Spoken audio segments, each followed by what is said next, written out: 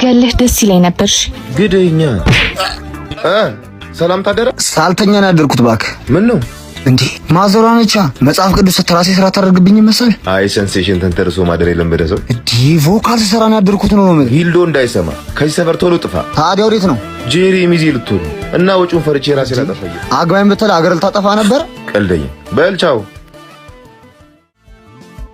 የኔ ፍቅር እንዴት ነሽ? የሰርጉ ቀን የምለብሰውን የዛን ያሳየውን ጫማ ገዛህልኝ? እግርሽ እንዴት እንደሚያምር ታያለሽ። ባዶ እግርሽን ብትይ ሰርጉ እንዴት እንደሚደምቅ ታየኝ።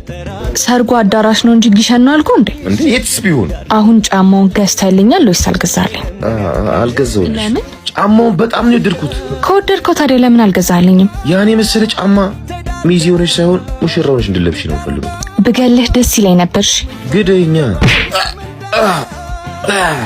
እንዴ ሄኒ አንተ ሄኒ እንዴ ምን ሆኖ ነው?